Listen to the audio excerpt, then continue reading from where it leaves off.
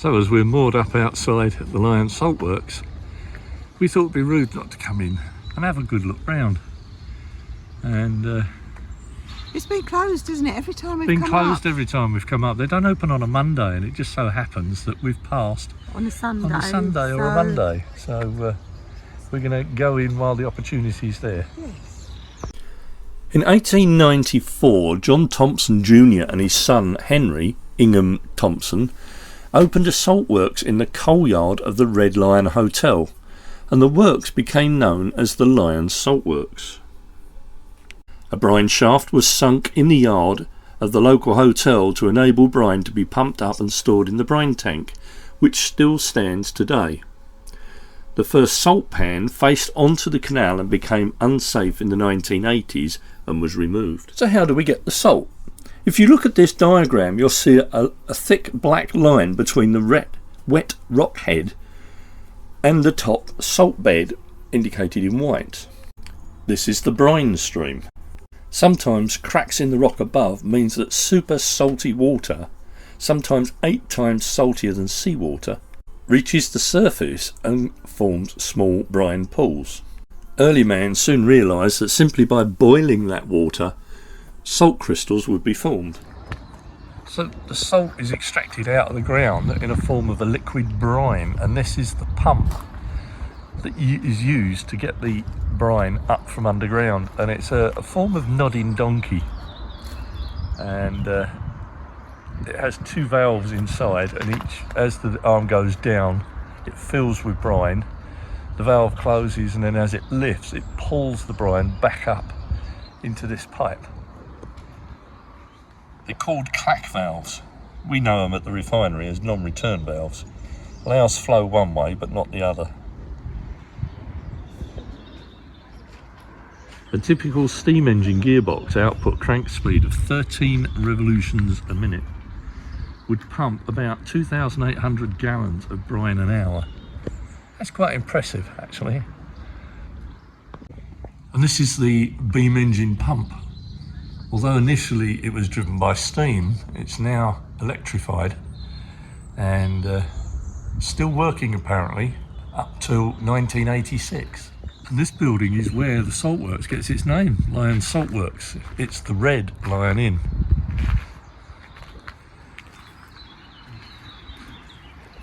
Red Lion Hotel it used to be. And a hotel, according to this. Both were purchased by the Thompson family in 1899 to create the inn.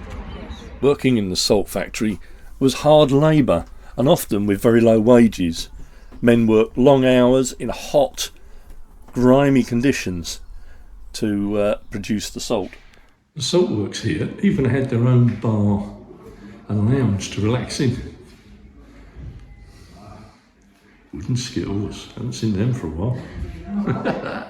So above the Red Lion pub itself was the landlord's accommodation at the top of the building.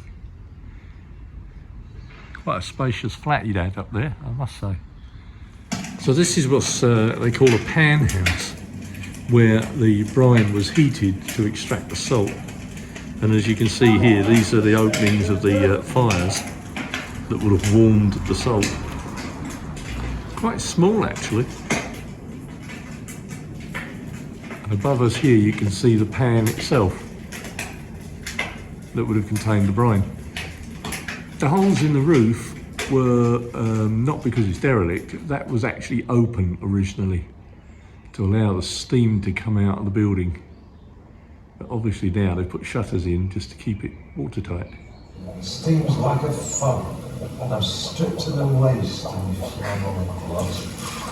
Wheel on the foothouse, round and round, and the brine comes rushing up out of the ground. So once they'd raked out the salt into the wooden caskets, they would be hung on these rails along the side of the vat to drain, to any excess brine would drain off back into the brine pit. And then when dry, they'd be tipped out by the lumpmen, as they were called, and put on trolleys and moved out To the stove house. to the stove house. This is pan house number 4. It's another pan house, but as you can see, they've not actually restored this quite so much. And you get to see what the pans look like. And the deterioration. And the deterioration over time, yeah. Because salt is quite corrosive, so it's hardly surprising. But on this one, you can see where the brine comes up into the pan, those 2 square holes. That's where it would have come into the pan. Lumpman stood beside the pan and threw a long-handled rake into the centre, drawing the salt to the sides.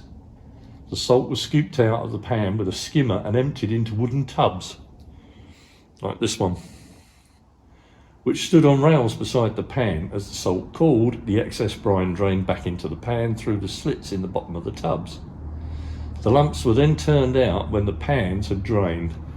Lumps which were to be crushed after drying were left rough, but those to be sold as lump salt were smoothed with a happer.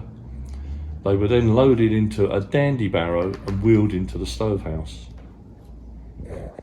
So the temperature in the salt pan was quite critical. At 38 degrees C or 100 Fahrenheit, low-grade salt was made, which was mainly used to pack fish that was caught at sea. At a slightly warmer temperature of 93 centigrade or 200 Fahrenheit, common salt was used, which was smaller crystals, and this was used in the chemical, pottery and manufacturing industries, whilst the real hot 110 degrees C or 230 degree temperature produced fine salt, which was table salt. Yeah, and for which was making table butter, yeah. butter and cheese. There you go, Chris has said it. It would be used for table salt, butter and cheese.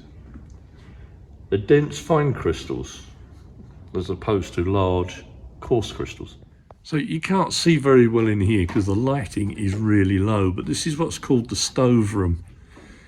This is where the blocks would have been brought in, as you can see here, in the heat to dry out.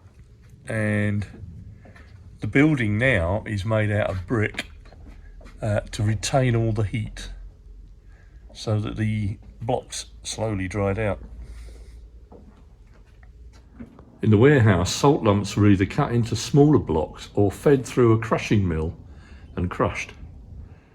Stove houses, also called hot houses, were made of brick to hold the heat fed to them through flues from the furnace. Wet lumps were placed in the ditches between the flues for about 4 days, where they were moved onto the top of the flues. They took 2 weeks to dry. Once the lumps were dry, the lofter lifted them with lofting spike, pushing them through hatches into the ceiling to the warehouse above, and the heat from below kept the salt warm and dry, which was essential for storage. So this rather gigantic machine is the crushing mill, and it was used to crush blocks of fine salt ready to be packaged as table salt. The bucket lift here raised the blocks of salt from the warehouse floor and dropped them into the top of the machine, up the top there. Inside, 2 pairs of large toothed barrels crushed the blocks, and then the sieves separated the different sizes of salt grain into 4 individual chutes. The crushed salt ran down the chutes to the bottom of the machine where it was bagged. Now, I mentioned in the crushing mill about the 2 spiked drums. These are quite corroded now, but this gives you an idea of what those drums would have looked like. After cutting or crushing, the salt was then weighed, packaged and labelled, ready for distribution. Sacks were made from materials like cotton, hessian and twill, and the labels were stenciled onto them by hand. Packing was usually carried out by women who stitched up the bags by hand before introduction of machinery. And in more recent times, plastic tubs and bags were used instead. So this is a lovely little model actually. It shows you them raking the brine in the brine pit, their pans, put them into the wooden tubs. And from there, the salt was lifted up into the warehouse above. By hand, it would seem. Yeah. Got a rake thing. Yeah. And here it would be stored and dried in the drying rooms. Yeah, blocks or bags. and in this section it would be processed. Cutting it. It would be cut. So there you go. Oh, I like that. So here you can see the fires underneath and the fireman stoking the fire. This chap looks like he's sitting down, but he's actually compacting the salt into the tubs. And here's the salt mill for crushing the salt, where the blocks go in. Yeah, At one side, although we don't think this is actually working yet. And then it's bagged up as fine salt. You have to come around this end. And then finally it's packaged up into either blocks for cooking salt or bags for table salt. So as we mentioned before, one of the drawbacks of salt mining in the area is subsidence. And this lake here, although now is a wildlife haven and a fishing lake, was originally dry land, and the mine below subsided, and eventually the water filled in, and we now have this lake. And there are numerous lakes like this dotted around the countryside in this area. More importantly was the impact of underground mining. For in 1670, by a chance find, salt deposits were found in nearby Marbury Park, and this became the catalyst for wholesale and haphazard mining for the next couple of 100 years. Sometimes the miners didn't leave sufficient salt pillars to support the mines after excavation. So over time miners extracted the salt water that continually built up in the mines, and this eroded away the salt pillars. So the impact was the same. Sometimes there was subsidence, and other times the mines even collapsed. As you can see the impact of subsidence from these pictures. From day to day there could be subsidence in Northwich, and this led to ingenious solutions. Houses were built with wooden frames so that when subsidence occurred they could be hydraulically jacked back into position. These houses, many of which still exist in Northwich, are unique to the Cheshire Plain. Well, that was really interesting, wasn't it? It was great. It was different to what I expected. Yeah. And we've learnt so much about Northwich and Middlewich and how they extracted the salt. Yeah, I mean, you can see the factory behind us there. What amazed me was the fact that it was still operating in 1986. Yeah. So that's incredible. But it's well worth a look round the museum. I think it was about £7 each, was it, or something? Yeah, because we got concessions because we were of that age. It was a bit cheap. But yeah, it's well worth a visit to here. It's not what I expected, it's much better. Yeah, definitely. Actually, definitely worth a visit. So there you go. Yeah, the exhibits were really well thought out of, and to actually look back and sort of, they've got the architect when they were remodernising it to make it safe for us. Yeah. That was really interesting as well, how they renovated it to make it... Yeah, because didn't realise the decay of the place was terrible when they took it over. The council bought it as soon as the Thompsons closed the factory. But they've done a brilliant job, and it's, I've got to say, if you're up this way, it is well worth a visit. Definitely. Well, that's it. We hope you enjoyed our tour around the Lion Salt Works, which is the only surviving open pan salt works in the UK. So we'll catch you on our regular Sunday slot at 5 PM on Life on Board AmyJo. Bye for now.